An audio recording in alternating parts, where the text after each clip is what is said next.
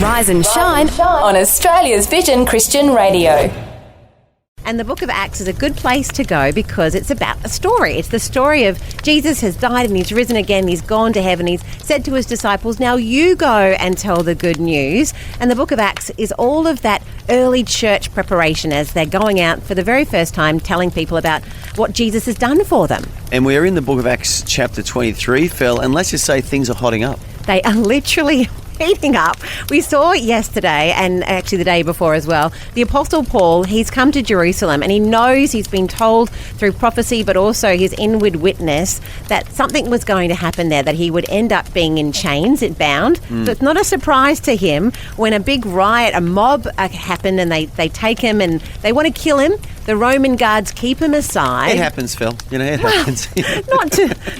not to me daily, but the Apostle Paul is not perturbed by that, and he's kept safe. He doesn't die. The Roman soldiers, they keep him aside. He explains to them that he's actually a Roman citizen by birth, which was pretty important. And so they come and they keep him safe in the fortress. Well, actually, at the same time, they beat him and all sorts of things. But at the same time, here we are. So he's dragged before the Sanhedrin, which is a religious body of leaders, isn't it, Phil? And if you're new to Rise and Shine, even new to the Bible, you got to remember the Jewish leaders of the day, it was a religious leadership role, but it was also a political leadership role as well. So it was kind of like both. Yes. So these guys aren't just religious leaders, they're actually also political leaders. They had some clout in their nation state, which was Israel in these days. And so the biggest threat to early Christianity was actually religious persecution, because they were trying to shut the Christians down and shut Paul down. So that's your context to the story that Phil is about to relate to us now from Acts 23. Well, it's the excellent context, Andy. And you've got there, Paul is standing up before these religious leaders and he says, but brothers,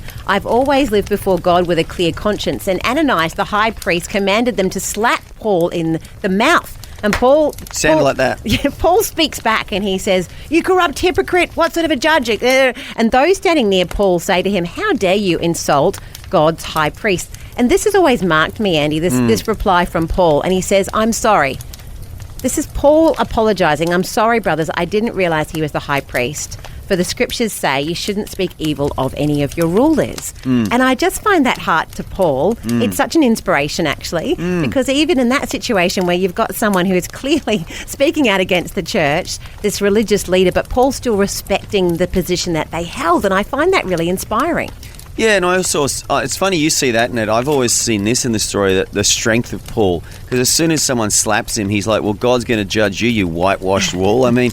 Oh, you see the reply. Paul was a strong man. I've said this before. He was a man's man. Like, he said he fought wild beasts in Ephesus, which is really an image of the gladiator games, that he was thrown into an arena with probably wild animals. He had to fight them. He was shipwrecked for a night and a day spent in the deep. He was flogged multiple times. Amazing. I just see him as an athlete. I see him as someone who is physically strong and obviously very spiritually strong, mentally strong.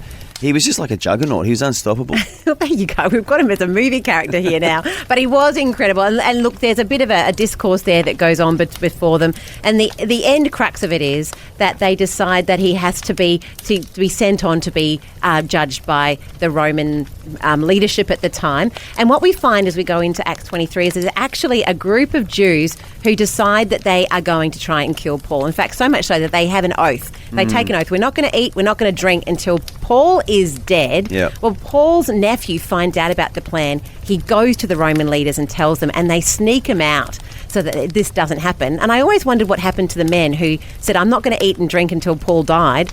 Like, did they eventually have to eat and drink? Of course they did. They eventually gave up. Their plots came to nothing. But, and again, so, the tension here is between religious people and the early Christian leader, Paul. And, for all of the people listening right now, you might have had issues in the past with churches, with church groups. You might have seen failing in aspect of the Christian church in your childhood maybe, or just in the last few years. Just know this, that, the church has never been perfect, and religious people definitely have never been perfect. So your issue is not with God, because God is not into religion as he felt. He's not into what these guys are doing to Paul right now. He was with Paul, the individual who just knew God. And that's what Christianity is. It's just a relationship between you and God. So if you've been hurt or disappointed by the church in the past, we're really sorry about that. We have too. I definitely have. But it's not God's fault. It's man's fault. It's people's fault, not God's fault. And the church is still God's plan. And so even though it's not perfect, it's still something that God encourages to be part of, to be Yeah. part of a local church. And so if the flavour of the one that you're at, perhaps there's other flavours, there's different types of churches available for you, but it's God's plan for us to live in community. And so I guess that's a great encouragement for you as well. Yeah, and as I Don't said, give just up. don't blame him for the failing of the community that maybe you've been exposed to or you've seen on TV or whatever it is. But good chapter, Feld, Acts chapter 23. And guess what? Tomorrow we're going Acts 24. Thanks for taking time to listen to this audio on demand from Vision Christian Media. To find out more about us, go to vision.org.au.